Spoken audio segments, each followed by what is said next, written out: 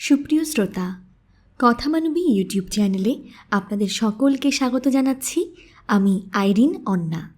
আপনারা শুনছিলেন নাইজেরিয়ান লেখক চিনুয়া আচেবের লেখা বিখ্যাত উপন্যাস থিংস ফল অ্যাপার্ট। আজ ৮ম পর্ব। ইকুই ঢোল বাজিয়ে গোত্রের কাছে একটা সংবাদ দেওয়া হচ্ছে। ভেতরটা ফাঁপা করা ওই বাদ্যযন্ত্রের ভাষা গোত্রের সবাই বুঝতে পারে। কিছু পরপর কামান গর্জন শোনা যায়, ঢিম ঢিম ঢিম। তখনও দিনের প্রথম মোরগ ডাক দেয়নি। ইকুইয়ের বাজনা যখন শুরু হয়, উমফিয়া তখনও গভীর নিদ্রায় আচ্ছন্ন। তারপর ইকুই কথা বলতে শুরু করে, কামান গর্জে ওঠে, আর উমফিয়াবাসীর নিদ্রা ও নীরবতা খান খান হয়ে ভেঙে যায়। সবাই তাদের বাঁশের শয্যায় নড়ে চড়ে ওঠে। ইকুই কি বলছে তা উদ্বিগ্ন চিত্তে শোনার চেষ্টা করে। কেউ একজন মারা গেছে। কামান গর্জন যেন আকাশকে ছিন্ন ভিন্ন করে দিচ্ছে। রাতের বাতাসে ওই বার্তা ভাসতে থাকে। দূরে মেয়েদের কান্নার ক্ষীণ শব্দ ধরণীর উপর একটা দুঃখের প্রলেপের মতো নেমে আসে। মৃত্যুর ঘটনাস্থলে যখনই একজন পুরুষ এসে উপস্থিত হয়, তখনই মেয়েদের কান্না ছাপিয়ে একটা উচ্চ গ্রামের পুরুষালী শোকার্তধ্বনি জেগে ওঠে। লোকটি বার দুই ওই রকম চিৎকার করার পর অন্য সবার সঙ্গে একপাশে বসে মেয়েদের অন্তহীন বিলাপ এবং ইকুইয়ের সাংকেতিক উচ্চারণ শুনতে থাকে। মাঝে মাঝে কামান গর্জে ওঠে।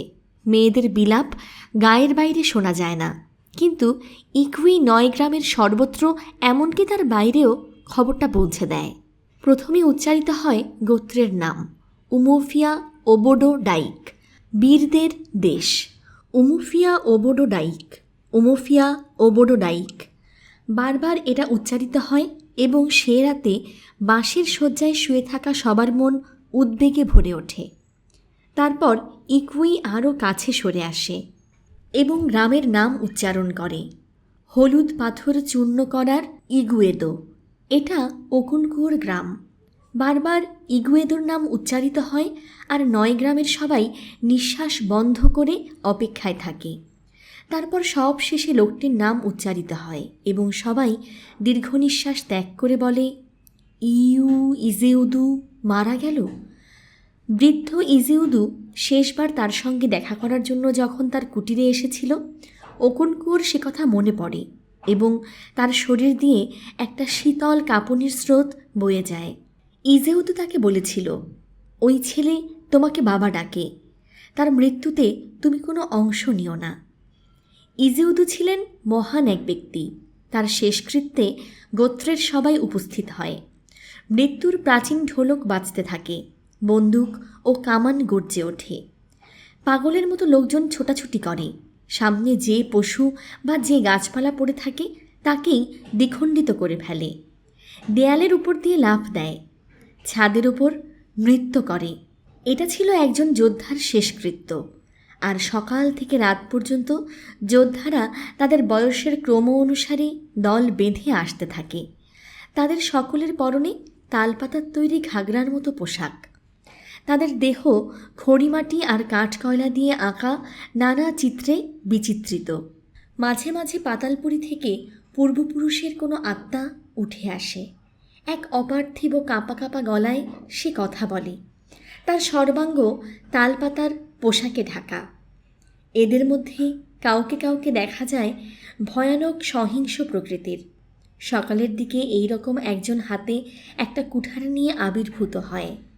দুজন লোক তার কোমরে একটা শক্ত দড়ি দিয়ে তাকে বেঁধে না রাখলে সে সাংঘাতিক ক্ষতি সাধন করে ফেলত। এর মধ্যেও সে ঘুরে ঘুরে লোকজনের দিকে ছুটে যেত এবং তখন সবাই প্রাণ ভয়ে চারদিকে পালাত। তবে সে শেষ পর্যন্ত তার পেছনে গড়াতে থাকা দড়ির বাঁধনের মধ্যে ফিরে আসত। সে তার আতঙ্ক জাগানিয়া স্বরে গান করে, বলে যে ইকুয়েনোসু তথা অশুভ আত্মা তার চোখের ভেতরে প্রবেশ করেছে। তার সবচাইতে ভয়াবহ জিনিসটি তখনও আসেনি।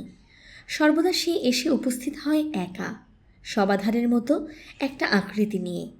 সে যেখানেই যায় সেখানেই একটা রুগ্ন গন্ধ ছড়িয়ে পড়ে, আর তার পেছন পেছন যায় ভন ভন করা মাছের দল। তাকে কাছে দেখা মাত্র সবচাইতে বড় বৈদ্যরাও দূরে পালিয়ে যেত। অনেক বছর আগে একটি আত্মা না পালিয়ে গিয়ে তার নিজের জায়গায় দাঁড়িয়েছিল। তখন ওই ভয়াবহ জিনিসটি তাকে 2 দিন এক জায়গায় অনড় ও স্থাণু করে রেখে দিয়েছিল। আর সেই হাতে সে ধরে রাখে জল ভর্তি একটা পাত্র। কিন্তু পূর্বপুরুষদের আত্মার ভূমিকায় অভিনয় করা অনেকেই ছিল নিরীহ। ওদের একজন ছিল এতই দুর্বল ও অশক্ত যে তাকে তার শরীরের অনেকখানি ভার তার লাঠির উপর ন্যস্ত করে হেঁটে আসতে হয়। যেখানে মৃতদেহ শায়িত ছিল সে সেখানে টলমল পায়ে হেঁটে আসে, শবের দিকে কিছুক্ষণ নীরবে এক দৃষ্টিতে তাকিয়ে থাকে, তারপর আবার চলে যায় পাতালপুরীতে। জীবিতদের জগৎ আর তাদের পূর্বপুরুষদের জগতের মধ্যে দূরত্ব খুব বেশি ছিল না এবং তাদের মধ্যে প্রায়ই আসা যাওয়া চলত, বিশেষভাবে উৎসবাদির সময় আর যখন কোনো বৃদ্ধ ব্যক্তি মৃত্যুবরণ করতেন তখন। কারণ একজন বৃদ্ধ ব্যক্তির অবস্থান ছিল তার পূর্বপুরুষদের খুব কাছে। জন্ম থেকে মৃত্যু পর্যন্ত একজন মানুষের জীবন ছিল ক্রান্তিকালের কতগুলো আচার অনুষ্ঠান পালন, যা তাকে ক্রমান্বয়ে তার পূর্বপুরুষদের কাছে নিয়ে যায়। ইজেউদু ছিলেন তার গ্রামের বয়োজ্যেষ্ঠতম ব্যক্তি। তার মৃত্যুর সময় সমস্ত গোত্রের মধ্যে তার চাইতে বয়সে বড় ছিলেন মাত্র 3 ব্যক্তি, আর তার সমবয়সী 4 জন কিংবা 5 জন। যখনই এই প্রবীণদের একজন নিজেদের উপজাতির শেষকৃত্যের নাচের তালে তালে নাচবার জন্য তার নড়বড়ে পা নিয়ে জনতার মধ্যে এসে উপস্থিত হতেন, তখন তরুণরা সরে গিয়ে তার জন্য জায়গা করে দিত এবং সব হট্টগোল থেমে যেত। এটা খুব বড় আকারের শেষকৃত্যানুষ্ঠান নয়, যা ছিল একজন মহান যোদ্ধার জন্য যথাযথ। সন্ধ্যা এগিয়ে আসার সঙ্গে সঙ্গে চিৎকার, বন্দুকের গুলির শব্দ, ঢোলকের বাদ্য, কুঠারের আস্ফালন ও সংঘাতের ধ্বনি বৃদ্ধি পেতে থাকে। ইজেউদু তার জীবদ্দশায় 3টি খেতাব গ্রহণ করেছিলেন। এটা ছিল এক বিরাট অর্জন। গোত্রে ছিল সর্বমোট 4টি খেতাব এবং যে কোনো প্রজন্মে মাত্র 1 জন কি 2 জন চতুর্থ এবং সর্বোচ্চ খেতাবটি গ্রহণ করতে সক্ষম হতেন। এটা যারা করতে পারতেন তারা দেশের প্রভু হয়ে উঠতেন। ইজেউদু একজন খেতাবধারী হওয়ার কারণে তাকে সমাহিত করা হবে রাত নামার পর। পবিত্র অনুষ্ঠানটির সময় একটি জ্বলন্ত মশালের আভা সব কিছু আলোকিত করে রাখবে। কিন্তু এই শান্ত ও শেষ ধর্মীয় আচারটি অনুষ্ঠিত হবার পূর্বে হট্টগোল আগের চাইতে 10 গুণ বৃদ্ধি পায়। প্রচণ্ড জোরে ঢোল বাজতে শুরু করে। লোকজন পাগলের মতো লাফিয়ে ওপরে ওঠে, নিচে নামে। চারদিকে বন্দুকের গুলি ছোড়া হয়। অগ্নিস্ফুলিঙ্গ ছড়িয়ে পড়ে সর্বত্র। যোদ্ধারা কুঠার তুলে পরস্পরকে অভিবাদন করে। কুঠারে কুঠারে সংঘর্ষের শব্দ শোনা যায়। বাতাস ধূলিকণা আর বারুদের গন্ধে পূর্ণ হয়ে যায়। এই সময় 1 হাত বিশিষ্ট আত্মাটি তার জল ভর্তি পাত্র নিয়ে দেখা দিল। জনতা চারিদিক থেকে সরে গিয়ে তার জন্য জায়গা করে দেয়। সব গোলমাল থেমে যায়। বাতাসে এখন একটা সর্বব্যাপ্ত রুগ্ন গন্ধ। ওই গন্ধ বারুদের গন্ধকেও মুছে দেয়। সে শেষকৃত্যানুষ্ঠানের ঢোলের তালে তালে কয়েক পা নাচে, তারপর মৃতদেহটি দেখবার জন্য তার কাছে যায়। ঘড়ঘড়ে গলায় সে বলল, ইজেউদু, তোমার বিগত জীবনে তুমি যদি দরিদ্র হতে, তাহলে আমি বলতাম তুমি যখন আবার আসবে তখন যেন ধনী হয়ে আসো। কিন্তু তুমি ধনী ছিলে। তুমি যদি কাপুরুষ হতে, তাহলে আমি বলতাম আবার আসার সময় তুমি সাহস সঙ্গে করে নিয়ে এসো। কিন্তু তুমি ছিলে এক নির্ভীক যোদ্ধা। তুমি যদি অল্প বয়সে মৃত্যুবরণ করতে, তাহলে আমি বলতাম জীবন নিয়ে এসো। কিন্তু তুমি পেয়েছিলে দীর্ঘ জীবন। তোমার মৃত্যু যদি প্রকৃতি দ্বারা সংঘটিত স্বাভাবিক মৃত্যু হয়, তাহলে শান্তিতে প্রস্থান করো। কিন্তু যদি কোনো মানুষ দ্বারা তা সংঘটিত হয়ে থাকে, তাহলে তাকে 1 মুহূর্তের জন্যেও শান্তি দিও না। সে আরও কয়েক পাক নাচে, তারপর বিদায় নেয়। ঢোলের বাদ্য আর নাচ আবার শুরু হয় এবং একটা প্রবল উন্মাদনার মাত্রা অর্জন করে। শিগগিরই অন্ধকার হয়ে আসবে। সমাধিস্থ করার সময় হয়ে আসছে। বন্দুক থেকে শেষ অভিবাদনের গুলি ছোড়া হয়। কামানের গর্জন আকাশ ফুটো করে দেয়। তারপরই উন্মত্ত এবং অনেক কণ্ঠে ভীত চিৎকারের শব্দ জেগে ওঠে। কেউ যেন একটা জাদুমন্ত্র উচ্চারণ করেছে। সব কিছু নীরব নিথর হয়ে পড়ে। ভিড়ের মাঝখানে একটা বালক রক্তের স্রোতের মধ্যে পড়ে আছে। 16 বছরের মৃত বালকটি তার ভাই এবং সৎ ভাইদের সঙ্গে তার পিতার উদ্দেশ্যে প্রথানুযায়ী নৃত্যানুষ্ঠানে অংশ নিচ্ছিল। এমন সময় হঠাৎ ওকনকুয়োর বন্দুক থেকে গুলি বিস্ফোরিত হয় এবং লোহার এক টুকরা বালকের হৃৎপিণ্ড ভেদ করে চলে যায়। এরপর যে বিশৃঙ্খলা দেখা দেয় তা উমরফিয়ার ইতিহাসে তুলনারহিত। এখানে সহিংস মৃত্যুর ঘটনা মাঝে মাঝেই ঘটত, কিন্তু এরকম একটা জিনিস কখনো ঘটেনি। ওকনকুয়োর সামনে একটা পথই খোলা ছিল। তার গোত্রের কাছ থেকে তাকে পালিয়ে যেতে হবে। গোত্রের কাউকে হত্যা করা ছিল ধরণীর দেবীর বিরুদ্ধে মহা অপরাধ। যে লোক এই অপরাধ করে তাকে স্বদেশ ছেড়ে পালিয়ে যেতে হবে। 2 রকম অপরাধ ছিল, পুরুষ অপরাধ এবং মেয়ে অপরাধ। ওকনকুয়ো করেছিল মেয়ে অপরাধ, কারণ তা ছিল অনিচ্ছাকৃত, অনবধানতাবশত, অসাবধানতাপ্রসূত। 7 বছর পর সে আবার দেশে ফিরে আসতে পারবে। ওই রাতেই ওকনকুয়ো তার সবচাইতে মূল্যবান জিনিসগুলো বস্তায় বেঁধে নিল, যেন মাথায় বহন করে নেওয়া যায়। তার স্ত্রীরা তিক্ত অশ্রু বিসর্জন করে। তাদের ছেলেমেয়েরা কিছু না বুঝেই তাদের সঙ্গে কান্নায় যোগ দেয়। ওবেরিকা এবং 5-6 জন বন্ধু তাকে সাহায্য করতে এবং সান্ত্বনা দিতে তার কাছে যায়। তার ইয়ামগুলো ওবেরিকার গুদামঘরে তুলে রাখার জন্য তারা 8-10 বার যাওয়া আসা করে। তারপর প্রত্যুষের মোড়ক ডাকার আগেই ওকনকুয়ো আর তার পরিবার মাতৃভূমি ত্যাগ করে পালিয়ে যায়। তাদের গন্তব্য এমবান্তা নামের একটি গ্রাম। এমবাইনোর সীমান্তের ওপারেই যার অবস্থান।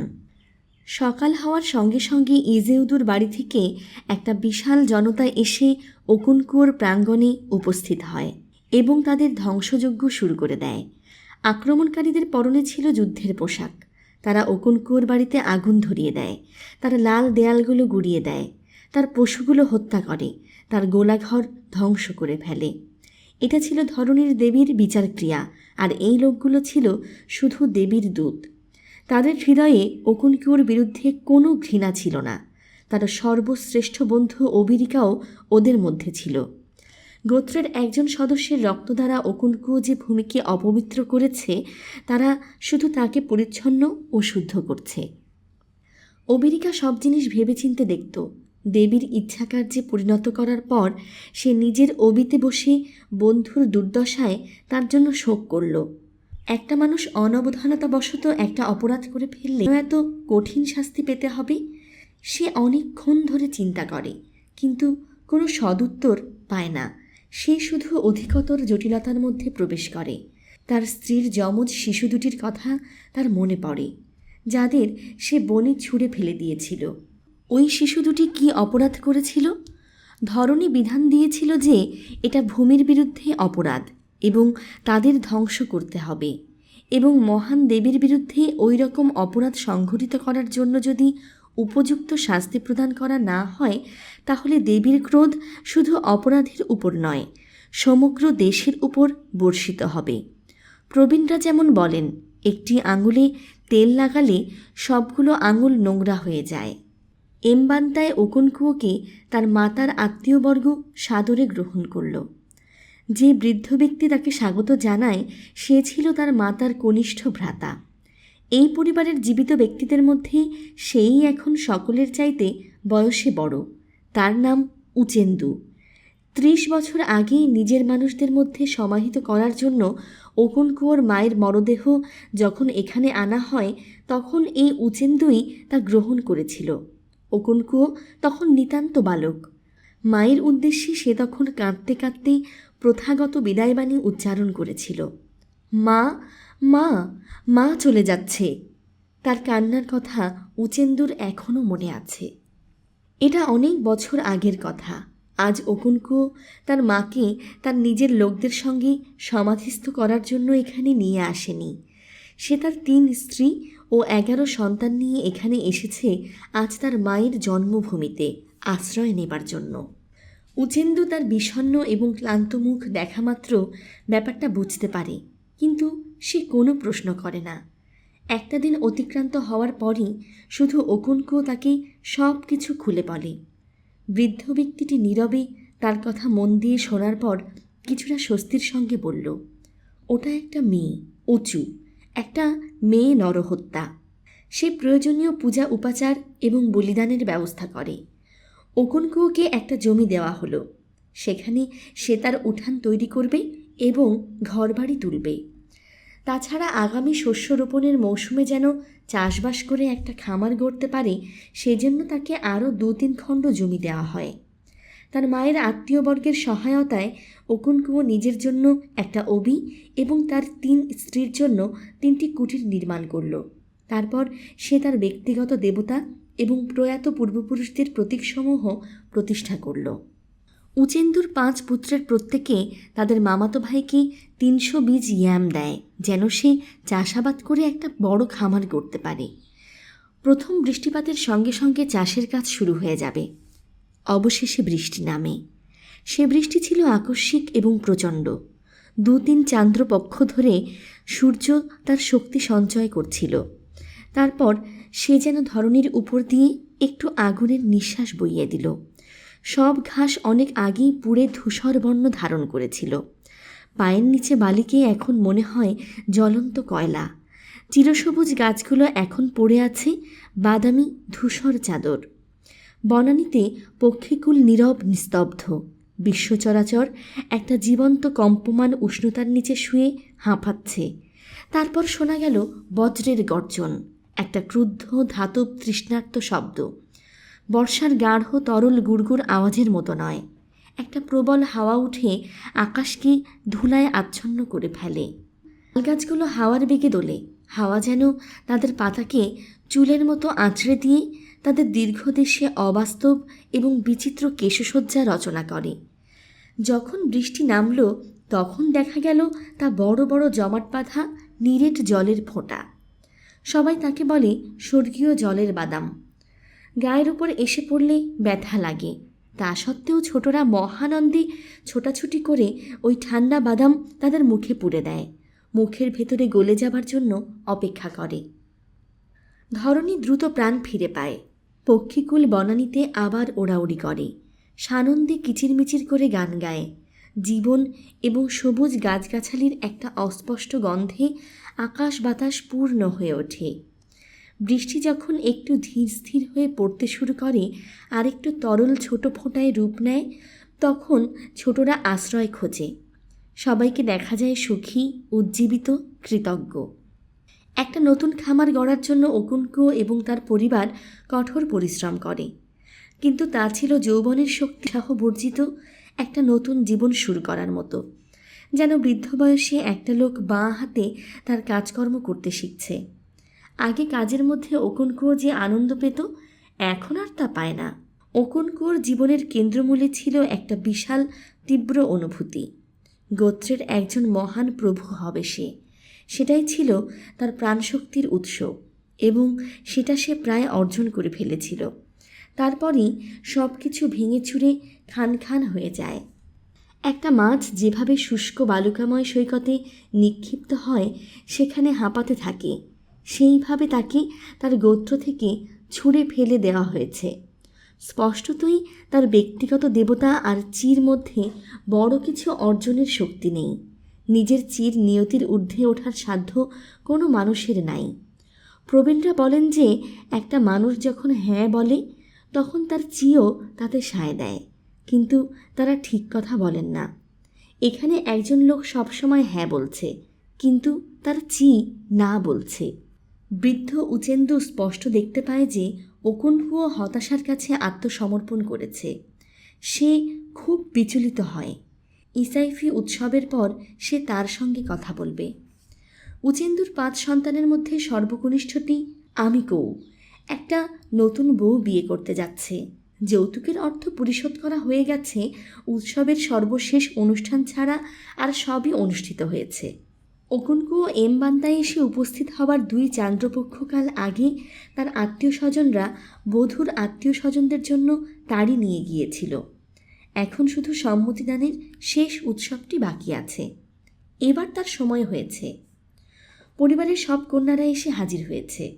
অনেকে বহু দূরে তাদের গ্রামের বাড়ি থেকে দীর্ঘ পথ অতিক্রম করে এসেছে।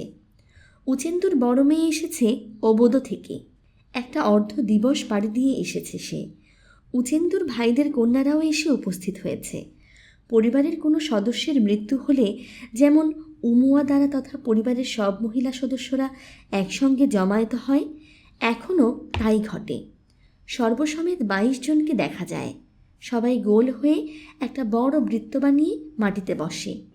তাদের ঠিক মাঝখানে ডান হাতে একটা মুরগি নিয়ে বসে আছে বধূ। উচেন্দু বসেছে তার পাশে। উচেন্দুর হাতে তার পিতৃপুরুষের পুরুষানুক্রমিক দণ্ড।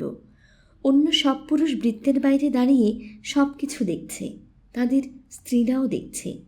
সন্ধ্যা হয়ে গেছে, সূর্য ডুবছে। উচেন্দুর বড় মেয়ে এনজিতে প্রশ্ন করে। সে শুরু করলো এইভাবে, মনে রেখো, সত্য কথা না বললে তুমি অনেক দুঃখ কষ্ট ভোগ করবে, এমনকি সন্তান জন্মদানের সময় মারা পর্যন্ত পড়তে পারো। আমার ভাই তোমাকে বিয়ে করার ইচ্ছা প্রকাশের পর থেকে তুমি কজন পুরুষের শয্যাসঙ্গিনী হয়েছ? মেয়েটি বলল, একজনের সঙ্গেও না। অন্য রমণীরা বলে উঠল, সত্য কথা বলো। এনজিতে জিজ্ঞাসা করল, একজনের সঙ্গেও না? মেয়েটি জবাব দিল, না। আমার পূর্বপুরুষদের এই দণ্ডের নামে শপথ করো। বধূ বলল, তাই করলাম। উচেন্দু তার হাত থেকে মুরগিটা নিয়ে একটা ধারালো ছুরি দিয়ে সেটা জবাই করল। তারপর কয়েক ফোঁটা রক্ত তার পুরুষানুক্রমিক দণ্ডটির উপর ঝরে পড়তে দিল। ওই দিনের পর থেকে আমিকেও তার তরুণী বধূকে নিজের কুটিরে নিয়ে যায়, সে তার স্ত্রী হয়। পরিবারের কন্যারা সঙ্গে সঙ্গে তাদের গৃহে ফিরে যায় না। বাপের বাড়ির আত্মীয় পরিজনদের সঙ্গে তারা আরও 2-3 দিন কাটায়। অকুনকু এখানে আসার পর দ্বিতীয় দিনে উচেন্দু তার ছেলেমেয়েদের এবং তার ভাগ্নে অকুনকুকে তার কাছে ডেকে পাঠায়। পুরুষরা তাদের ছাকচর্মের মাদুর সঙ্গে নিয়ে আসে। তারা ওই মাদুর মেঝেই পেতে তার উপর বসে। মেয়েরা শিশালো পাতার আঁশ দিয়ে বানানো দড়ির মতো মাদুর বিছিয়ে তার উপর বসে। উচেন্দু তার সাদা দাড়িতে ধীরে ধীরে 2-1টা টান দেয়। একবার দাঁতে দাঁত ঘষে।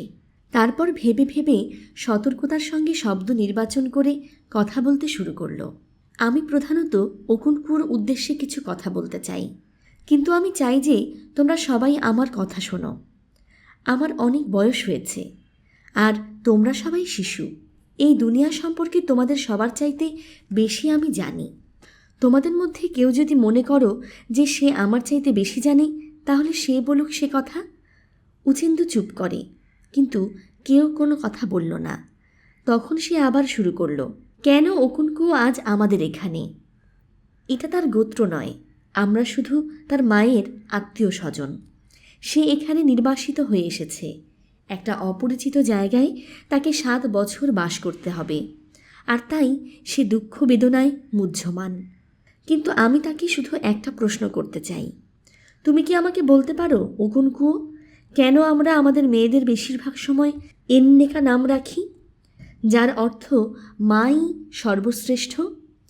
আমরা সবাই জানি যে পুরুষ হলো পরিবারের প্রধান।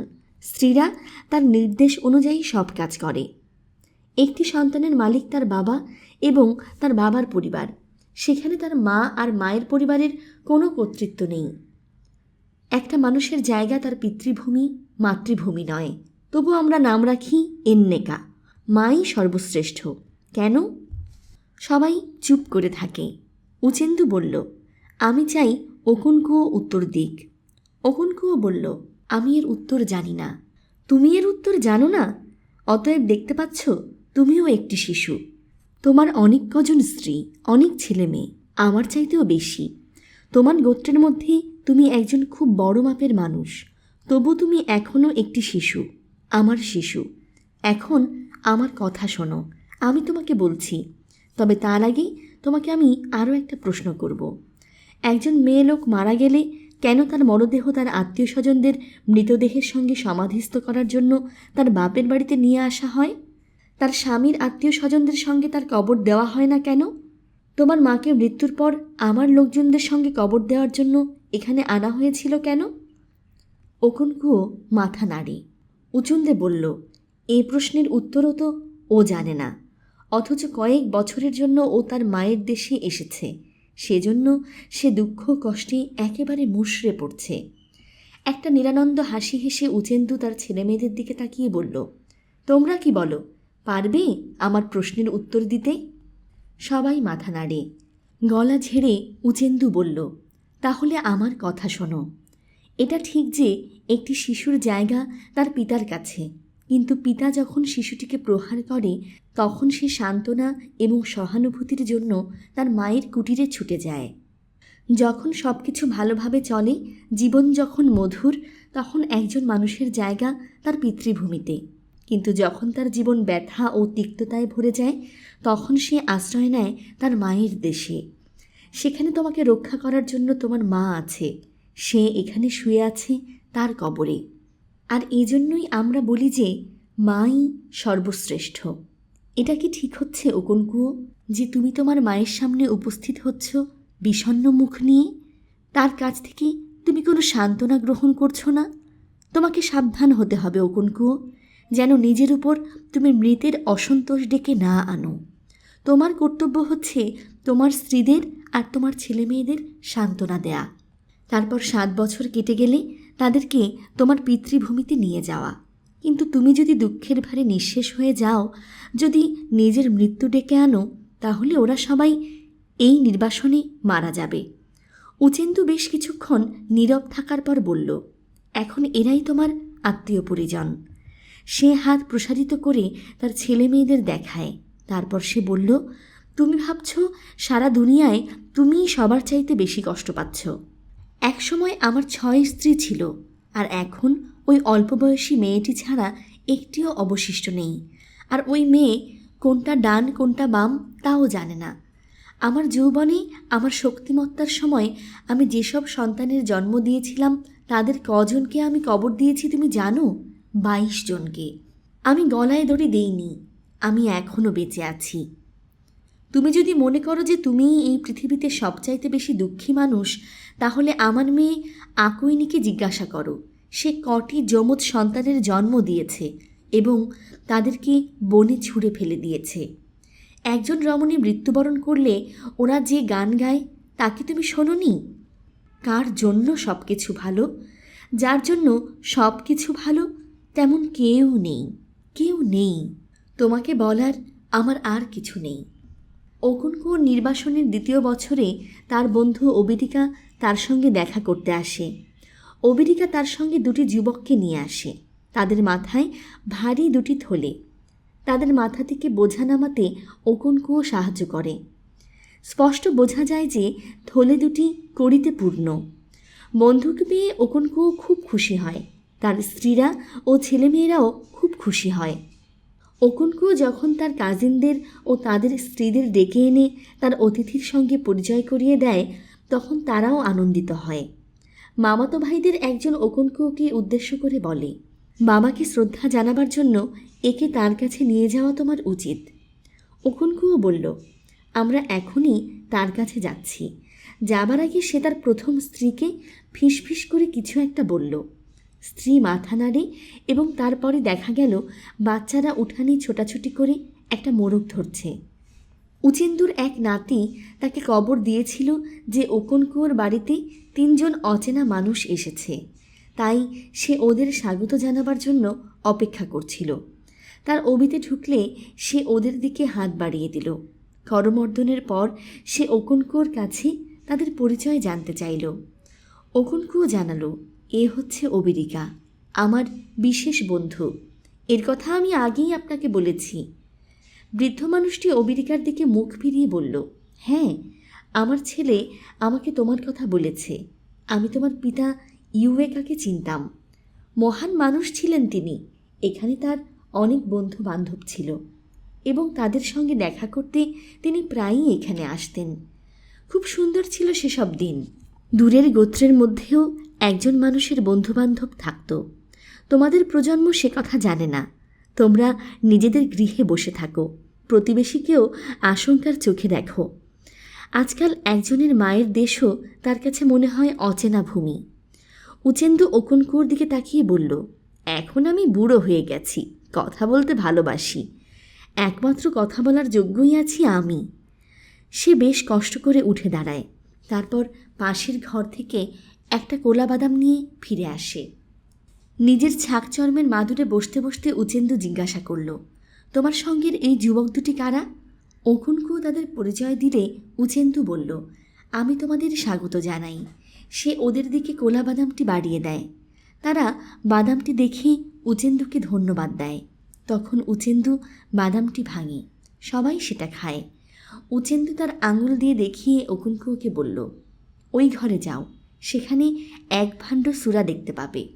ওকনকু সুরা নিয়ে আসে আর তারা পান করতে শুরু করে। ওই সুরা ছিল খুব কড়া, মাত্র একদিন আগের। বেশ কিছুক্ষণ নীরব থাকার পর উচেন্দু বলল, আগেকার দিনে মানুষ অনেক বেশি ভ্রমণ করত। এই অঞ্চলে এমন একটি গোত্রও নেই যাদের আমি ভালো করে চিনি না। আনিন্তা, উমুয়াজু, ইকেওচা, এলেমেলু, আবামে সব গোত্রকে আমি চিনতাম। অবিরিকা বলল, আপনি কি শুনেছেন যে এখন আর আবামে গোত্র বলে কিছু নেই? উচেন্দু আর ওকনকু দুজনে একসঙ্গে বলে উঠল, তার মানে? অবিরিকা বলল, আবামেদের নিশ্চিহ্ন করে দেওয়া হয়েছে। সে এক বিচিত্র এবং ভয়াবহ কাহিনী। আমি যদি বেঁচে যাওয়া গুটি কয়েক সদস্যকে নিজের চোখে না দেখতাম, নিজের কানে তাদের অভিজ্ঞতার কথা না শুনতাম, তাহলে আমি ঘটনাটা বিশ্বাস করতাম না। সে তার দুই সঙ্গীর দিকে তাকিয়ে জিজ্ঞাসা করল, ওরা একটা ইকের দিনে উমোফিয়ায় পালিয়ে এসেছিল, তাই না? তার দুই সঙ্গী মাথা নেড়ে সায় দেয়।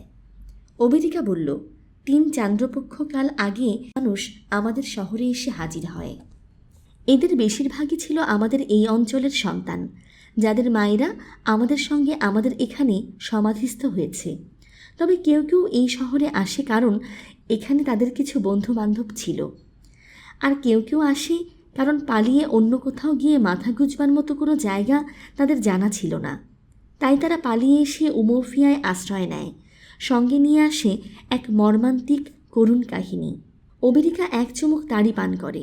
ওকনকু তার শিঙা আবার পূর্ণ করে দিলে অবেরিকা বলতে শুরু করল, গত শস্য রোপণের সময় ওদের গোত্রে একটি শ্বেতাঙ্গ মানুষ এসে উপস্থিত হয়েছিল। ওকনকুও বলল, বোধহয় সাদা চামড়া আর সাদা চুলের একজন আলবিনো। তাড়িতে চুমুক দিয়ে অবেরিকা বলল, না, ও ছিল একেবারে অন্য রকম। ও এসেছিল একটা লোহার ঘোড়ায় চেপে। যারা প্রথম ওকে দেখতে পায় তারা ছুটে পালিয়ে যায়, কিন্তু লোকটি দাঁড়িয়ে থেকে হাত নেড়ে তাদেরকে তার কাছে আসতে ইঙ্গিত করে। অবশেষে নির্ভীক কয়েকজন তার কাছে এগিয়ে আসে। কেউ কেউ তাকে ছুঁয়েও দেখে। প্রবীণরা তাদের দৈববাণীর সঙ্গে পরামর্শ করলে দৈববাণী জানায় যে এই অচেনা লোকটি তাদের গোত্রকে ভেঙে ফেলবে এবং তাদের মধ্যে ধ্বংসযজ্ঞ ঘটাবে। অবেরিকা আবার আরেক চুমুক সুরা পান করে বলল, সে কথা শুনে তারা শ্বেতাঙ্গ লোকটিকে হত্যা করে এবং তারা লোহার ঘোড়াকে তাদের পবিত্র গাছের গায়ে বেঁধে রাখে, কারণ তাদের মনে হয় যে ঘোড়াটি ছুটে গিয়ে ওই লোকটির বন্ধুবান্ধবদের এখানে ডেকে আনবে। দৈববাণী আরেকটা কথা বলেছিল, তার কথা বলতে আমি ভুলে গেছি। দৈববাণী বলে যে আরও সাদা চামড়ার মানুষ এদিকে এগিয়ে আসছে। তারা পঙ্গপাল, প্রথম লোকটি ছিল তাদের অগ্রদূত। এই এলাকার অবস্থা ঘুরে দেখবার জন্য তাকে পাঠানো হয়েছিল, এজন্যই ওরা তাকে হত্যা করে। উচেন্দু প্রশ্ন করল, ওকে হত্যা করার আগে শ্বেতাঙ্গটি কি বলেছিল? অবেরিকার সঙ্গীদের একজন জবাব দিল, সে কিছুই বলেনি। অবেরিকা বলল, সে কিছু একটা বলেছিল, কিন্তু ওরা তার কথা বোঝেনি। ওদের মনে হয়েছিল সে নাকি নাকি সুরে কিছু বলেছিল। অবেরিকার অন্য সঙ্গীটি বলল, বারবার সে একটি শব্দ উচ্চারণ করে যা এমবাইনোর মতো শোনায়। বোধহয় সে এমবাইনো যাচ্ছিল, তারপর পথ হারিয়ে ফেলে। অবেরিকা তার নিজের কথার সূত্র ধরে বলল, যাই হোক, ওরা তাকে হত্যা করে এবং ওর লোহার ঘোড়াটা বেঁধে রাখে। এটা ঘটে শস্য রোপণের মৌসুম শুরু হওয়ার আগে। এরপর অনেক দিন যাবৎ কিছু ঘটে না। তারপর বৃষ্টি নামে, ইয়াম বপন করা হয়। তখনও লোহার ঘোড়াটা পবিত্র রেশম তুলার গাছের সঙ্গে বাঁধা। এরপর এক সকালে 3 জন শ্বেতাঙ্গ মানুষ এসে হাজির হয়। তাদের পথ দেখিয়ে নিয়ে আসে আমাদের মতো দেখতে কয়েকটি লোক। তারা লোহার ঘোড়াটি দেখল, তারপর আবার চলে গেল। কয়েক হাটের দিন কেটে যায়, কিছুই ঘটে না। সুপ্রিয় শ্রোতা, এই ছিল আজকের পর্বটি। পরবর্তী পর্বটি শুনতে কথা মানবী ইউটিউব চ্যানেলটি সাবস্ক্রাইব করে পাশে থাকা বেল আইকনটি অন করে নিন। আর আমাদের কাজগুলো যদি আপনাদের ভালো লেগে থাকে তবে লাইক, কমেন্ট এবং শেয়ার করে বন্ধুদের মাঝে ছড়িয়ে দেবার অনুরোধ রাখছি। সকলে খুব ভালো থাকুন, সুস্থ থাকুন, আনন্দে থাকুন, নিরাপদে থাকুন। নিজের জন্যে বাঁচুন, নিজের আপন মানুষদের জন্যে বাঁচুন। অনেক অনেক শুভকামনা জানিয়ে আজকের মতো এখানেই বিদায় নিচ্ছি।